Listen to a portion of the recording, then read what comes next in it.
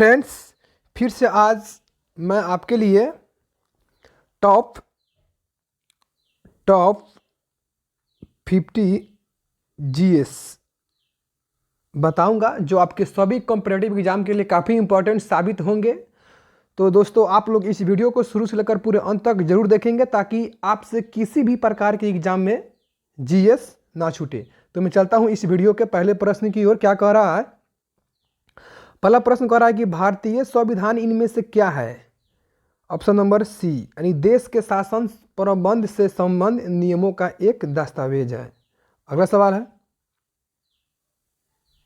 Second कह रहा है, दूसरा नंबर क्वेश्चन है कि भारत में व्यापार के लिए आने वाला ब्रिटिश कंपनी का नाम क्या था? Option number D, east India जो कंपनी था वह भारत में पहली ब्रिटिश कंपनी का नाम है।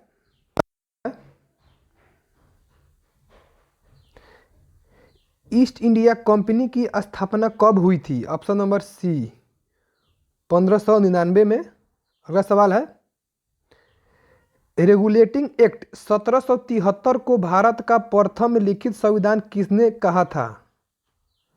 Option number A, L R Bali. अगला सवाल है, इनमें से किस एक्ट के अंतर्गत ब्रिटिश शासन ने ईस्ट इंडिया कंपनी के व्यापारिक एकाधिकार को पूर्णतः समाप्त कर दिया था? ऑप्शन नंबर ए, चार्टर एक्ट 1833। अगला सवाल है, इनमें से किस अधिनियम के अंतर्गत भारत के शासन का उत्तरदायित्व ईस्ट इंडिया कंपनी से हटाकर सम्राट सामग्री को हस्तांतरित कर दिया गया था? ऑप्शन नंबर बी, भारतीय सरकार अधिनियम 1858। अगला सवाल है,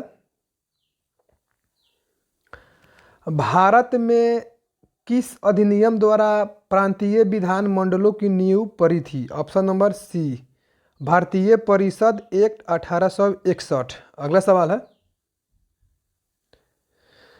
इनमें से कौन सा एक्ट मार्ले मिंटो सुधार के रूप में भी प्रसिद्ध है? ऑप्शन नंबर सी, भारतीय परिषद एक्ट 1909। अगला सवाल है, भारत शासन अधिनियम 1919 में किसकी रिपोर्ट पर आधारित थी? ऑप्शन नंबर डी, भारत में संवैधानिक सुधार संबंधी मॉन्टेग्यू की रिपोर्ट पर। अगला सवाल है,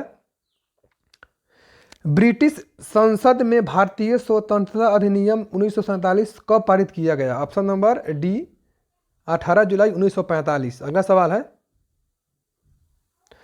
भारत में पहली बार संसदीय शासन का सूत्रपात कब हुआ था? ऑप्शन नंबर सी, ब्रिटिश शासनकाल में। अगला सवाल है, भारतीय संविधान सभा का गठन किस योजना के आधार पर हुआ था? ऑप्शन नंबर ए, कैबिनेट मिशन योजना के आधार पर। अगला सवाल है, संविधान सभा के लिए कुल कितने सदस्य चुने गए? Option number D, 296। अगला सवाल है, भारतीय संविधान सभा की पहली बैठक कहाँ हुई थी? ऑप्शन नंबर सी, दिल्ली में संसद भवन के केंद्रीय कक्ष में। अगला सवाल है, संविधान सभा का अस्थायी सभापति इनमें से कौन चुना गया, किसे चुना गया? ऑप्शन नंबर डी, डॉक्टर सच्चिदानंद सिन्हा। अगला सवाल है, संविधान सभा का अस्थायी अध्यक्ष इनमें से किसे नियुक्त किया गया था? Option number A, doctor Rajendra Prasad. अगला सवाल है, प्रारूप समिति का अध्यक्ष कौन चुना गया था? Option number C, doctor Bhimrao Ambedkar. अगला सवाल है,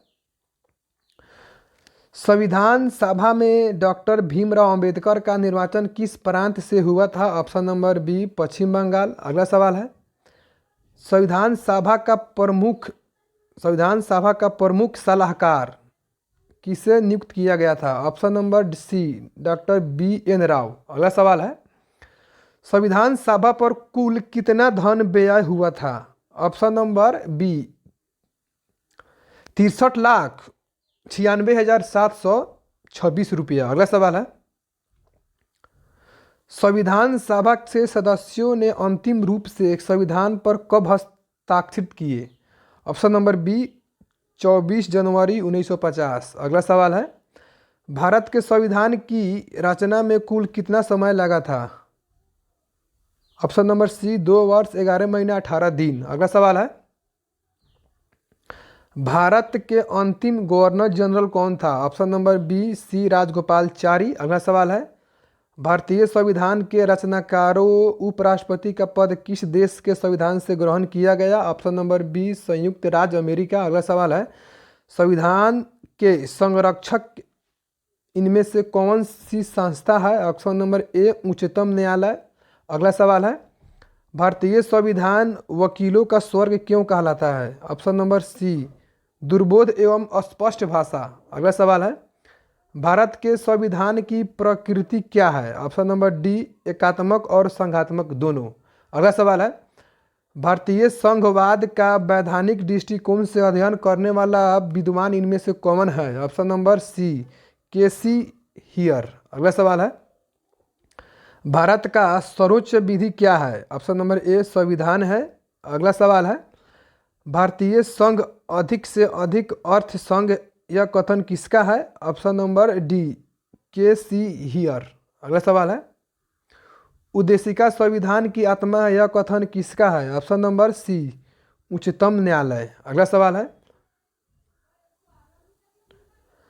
भारतीय संविधान की प्रस्तावना के अनुसार भारत के शासन की सर्वोच्च सत्ता किसमें निहित है? ऑप्शन नंबर डी भारत की जनता में। अगला सवाल है, स्वतंत्रता के समय भारत में कितनी देशी रियासतों में बांटा हुआ था? ऑप्शन नंबर ए 562।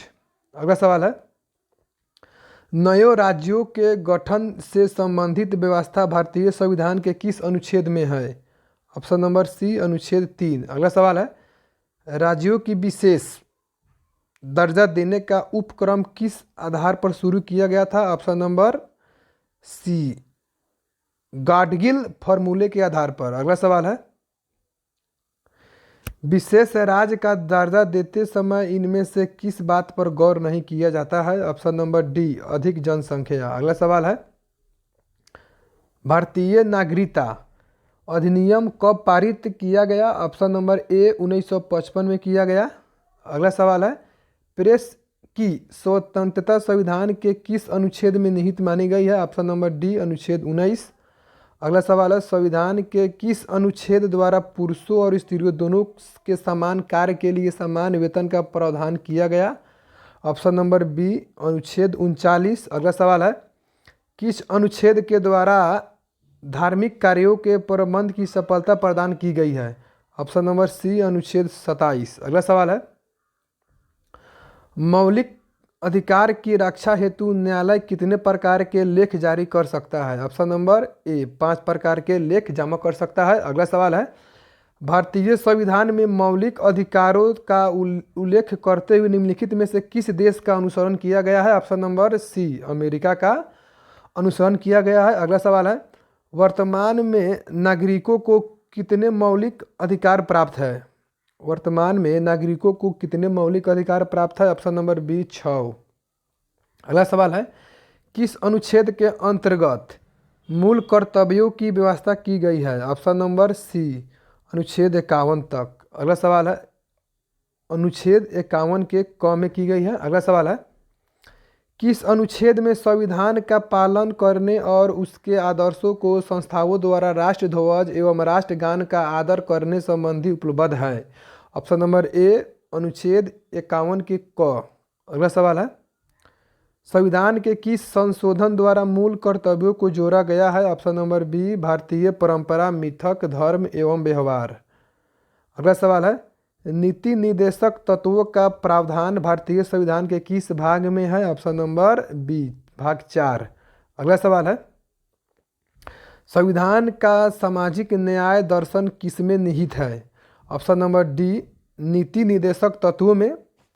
दोस्तों ये रहा आपके टॉप जीएस जो आपके सभी कॉम्पिटिटिव एग्जाम में पूछे जाते हैं। मैं आशा करता हूं कि आप लोग इस वीडियो को शुरू से लेकर पूरे अंत तक जरूर देखे होंगे। अगर यह वीडियो आपको अच्छा लगा होगा तो इस वीडियो को अपने दोस्तों के पास शेयर कीजिएगा ताकि वह भी इस वीडियो के माध्यम से बहुत कुछ सीख सके और उन्हें भी किसी भी प्रकार के कॉम्पिटिटिव एग्जाम में एक भी क्वेश्चन ना छूटे। तो मैं फिर मिलता हूं अगले वीडियो में। जय हिंद, जय भारत, आपका दिन शुभ हो, वंदे मातरम।